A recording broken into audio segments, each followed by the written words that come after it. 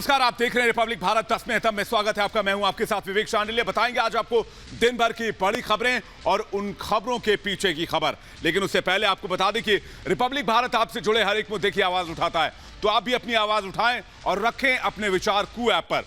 कू app के users के लिए हमारा आज का सवाल यह है कि क्या अखिलेश यादव ने जिन्ना पर बयान 2022 के चुनाव को ध्यान में रख कर दिया है? अभी डाउनलोड करें कू ऐप, रखें अपने विचार इस सवाल पर। इस सवाल का जवाब हम आपको इस कार्यक्रम के अंत में दिखाएंगे। लेकिन सबसे पहले बात करेंगे सबसे पहली खबर की। अब तक आपने देवेंद्र फडणवीस, नवाब मलिक और इन तमाम लोगों से जुड़े तमाम खबरें देखी, लेकिन इस खबर में अब अमृता फडणवीस का भी जिक्र होने लगा है। आज नवाब मलिक ने देवेंद्र फडणवीस और उनकी पत्नी पर बहुत सनसनीखेज आरोप लगाए, यानी कि पूरा मामला अब सियासत की तरफ घूमता नजर आ रहा है। देखिए 10 बजे की एक्सक्लूसिव रिपोर्ट।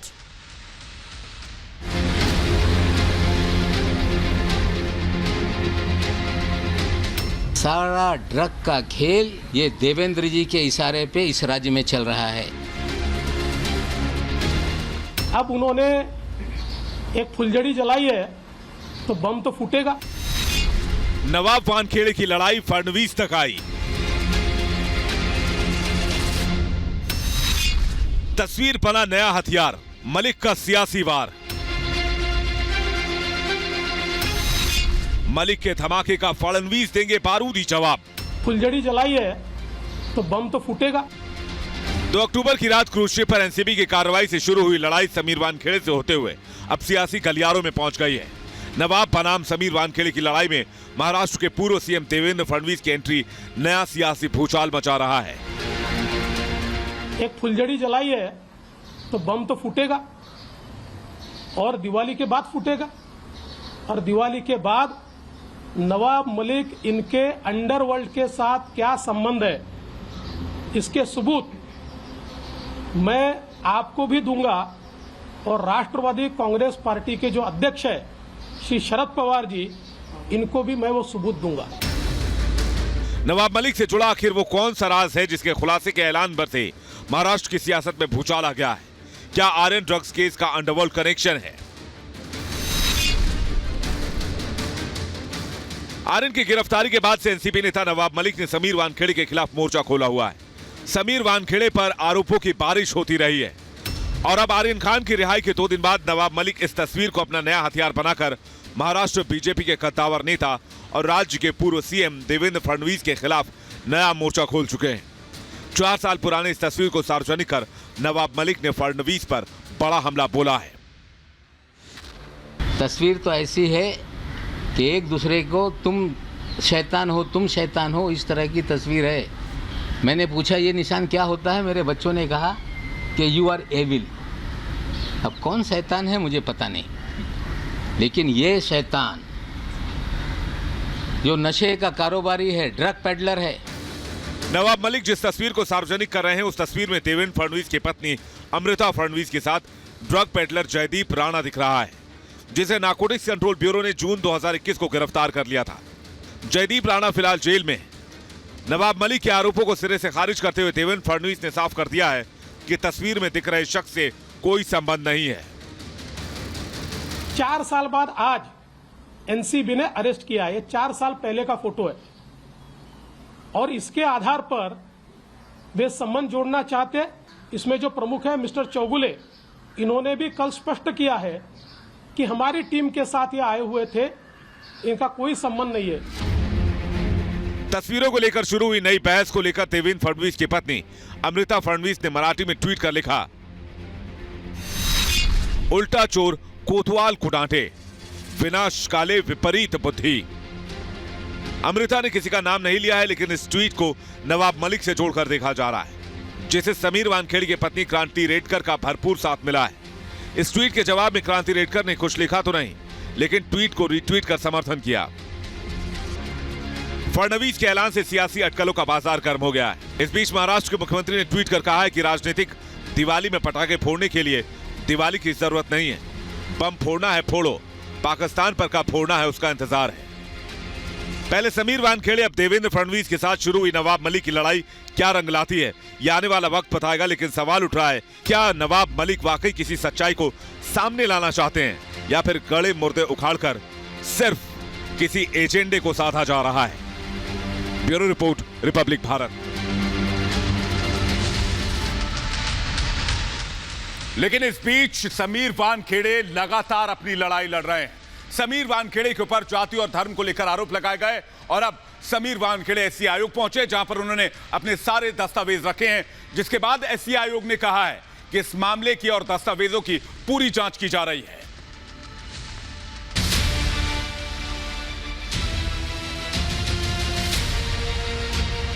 कल तक क्रूज ड्रग्स केस की जांच में व्यस्त एनसीबी के जोनल डायरेक्टर समीर वानखेड़े आज अलग अलग दफ्तरों के चक्कर लगाने को मजबूर हैं।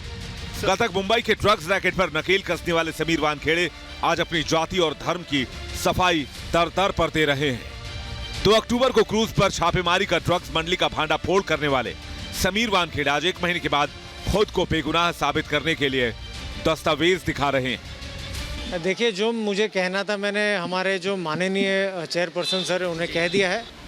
सोचिए, एक अफसर जिसने संविधान की शपथ ली, जिसने देश के कानून को सर्वोपरि रखा, जिसने अपनी जान की बाजी लगाकर ना जाने कितने ही ड्रग्स रैकेट का भांडा फोड़ किया, आज वो खुद की बेगुनाही साबित करने में जुटा हुआ है।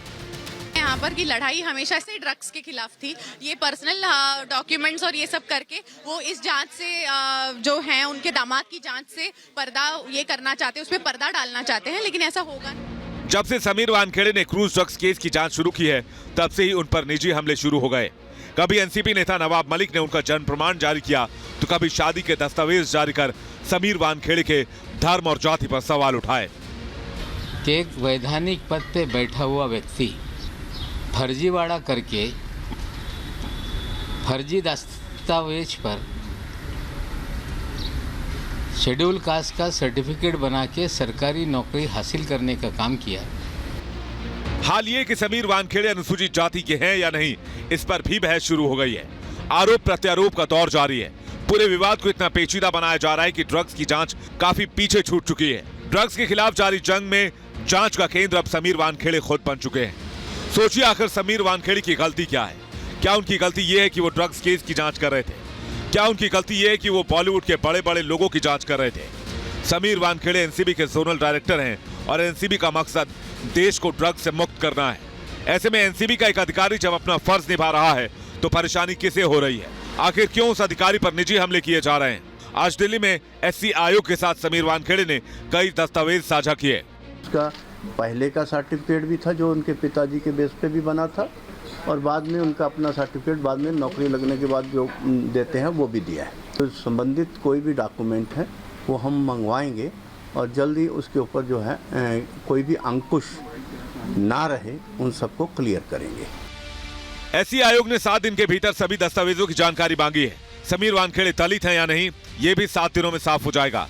लेकिन असली सवाल तो ये है कि क्या इस देश में अब अधिकारियों से भी जाति और धर्म पूछे जाएंगे? एक अफसर किस जाति का है, किस धर्म का है, ये जानना जरूरी है। क्या ऐसे भारत की कल्पना संविधान निर्माता बाबा साहब भीमराव अंबेडकर ने की थी? और उससे भी बड़ा सवाल ये कि अफसरों पर निजी हमले करने वाले क्या ड्रग्स केस की जांच को भटकाना चाहते हैं? Bureau report, Republic Bharat. और अब बात करते हैं वसूली गैंग के वजीर की, जो पुलिस रिमांड में चला के आए 6 नवंबर तक। जी हां, बात कर रहे हैं वाजे की, जिसे पुलिस कस्टडी में भेज दिया गया। लेकिन आज जब वाजे से रिपब्लिक भारत ने एक बार फिर सवाल किया, तो फिर वाजे की बोलती बंद हो गई और सवालों से भागता नजर आया वाजे। देखिए रिपोर्ट।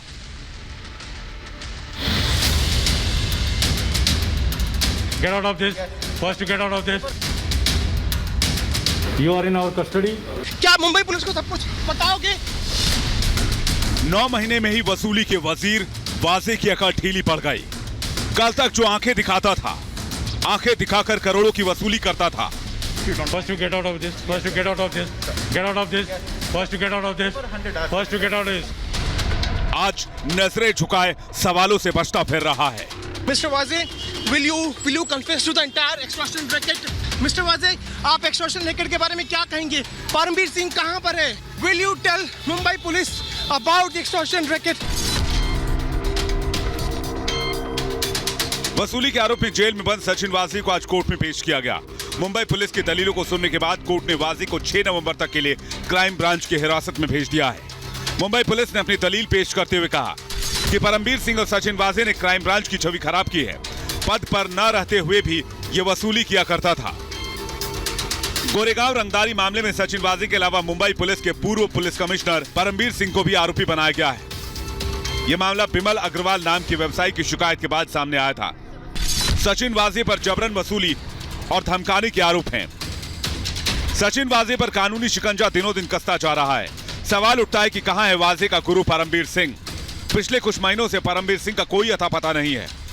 परमबीर सिंह पर आरोप है कि परमबीर सिंह के इशारे पर वाजी वसूली किया करता था। वसूली का मास्टरमाइंड परमबीर सिंह ही था। वसूली में परमबीर और वाजी में बराबर की हिस्सेदारी होती थी। मुंबई के पूर्व पुलिस कमिश्नर परमबीर सिंह इस साल 4 मई से ही छुट्टी पर चल रहे हैं। इसके बाद वो 2 बार अपनी छुट्टी बढ़वा भी चुके हैं। परमबीर सिंह पर लगे आरोपों की जांच करने में जुटी एजेंसियां कई बार परमबीर सिंह को समन भेज चुकी हैं, लेकिन परमबीर पेश नहीं हो रहे हैं। मेरे ऊपर जो मुंबई के एक्स पुलिस कमिश्नर थे परमबीर सिंह, उन्होंने जो आरोप किए पैसों के बारे में, आज मुंबई के x police commissioner Parambir Singh जिनने अनिल देशमुख के ऊपर आरोप किए, वो परमबीर सिंह आज कहां है? इस बीच कांग्रेस नेता संजय निरुपम ने दावा किया है कि परमबीर सिंह देश छोड़कर फरार हो चुके हैं और फिलहाल बेल्जियम में रह रहे हैं। अभी तक मुंबई पुलिस उसको पकड़ नहीं पाई और जहां तक मेरी जानकारी, मुंबई पुलिस ने शायद कोर्ट में ये कहा है कि वो फरार है। अभी जो हमको जानकारी मिली है कि वो हिंदुस्तान से बाहर चला गया, शायद वो बेल्जियम में है। परमबीर सिंह देश में है या देश छोड़कर जा चुके हैं, इसकी जानकारी नहीं है, लेकिन वाजे पर कसे कानूनी शिकंजे के बाद वसूलीबाज परमबीर सिंह की मुश्किलें बढ़नी तय हैं। Bureau report, Republic Bharat. और अब बात करते हैं पाकिस्तान के प्रधानमंत्री इमरान खान की, जो आतंकियों के सामने, कट्टरपंथियों के सामने सरेंडर कर चुके हैं।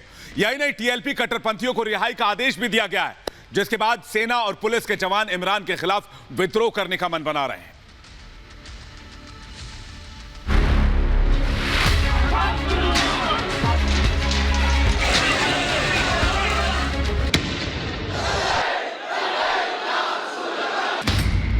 टीएलपी ने हिला दी इमरान की कुर्सी।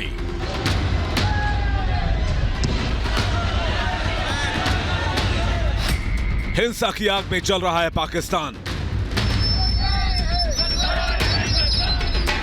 रिजवी के साथ आईएसआई इमरान को ठेंगा।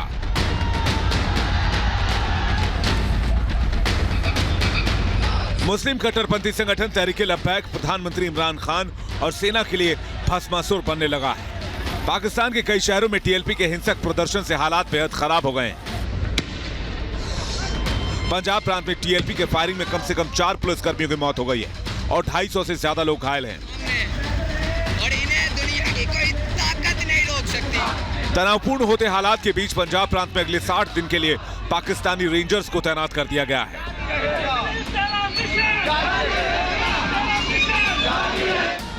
टीएलपी समर्थकों ने पुलिस के जवानों को दौड़ा कर पीटा है। खबर है कि घायलों में 70 पुलिसकर्मी हैं, जिनमें 8 पुलिस वालों की हालत बेहद गंभीर है। खबरों की माने तो टीएलपी के सदस्य ने पुलिस कर्मियों पर हमले के लिए मशीन गन, AK-47 और आधुनिक हथियारों का इस्तेमाल किया है, जिसकी वजह से कई पुलिसकर्मियों की जान चली गई। लेकिन ये तस्वीरें केवल एक शहर की नहीं है। पाकिस्तान के बड़े शहरों में कमोबेश ऐसे